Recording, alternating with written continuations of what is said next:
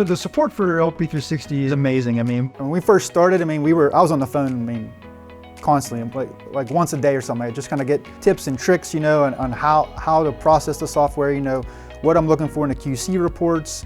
And they're really helpful, and they'll get back to you within a couple hours of you sending your support ticket in.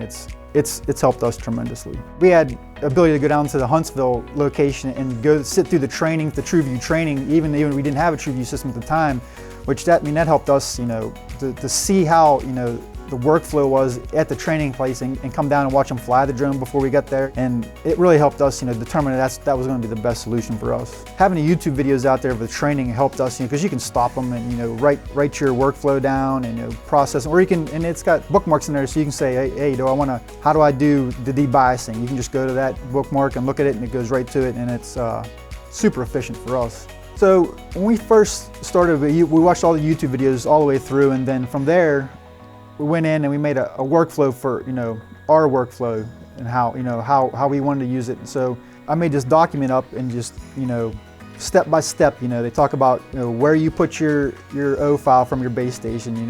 It's really in depth in how where that stuff goes, and you have screen recording on there so you can see what he's doing on the screen at the same time. So that helped us be consistent with our workflow, and that's pretty much how I came up with the workflow that we have now.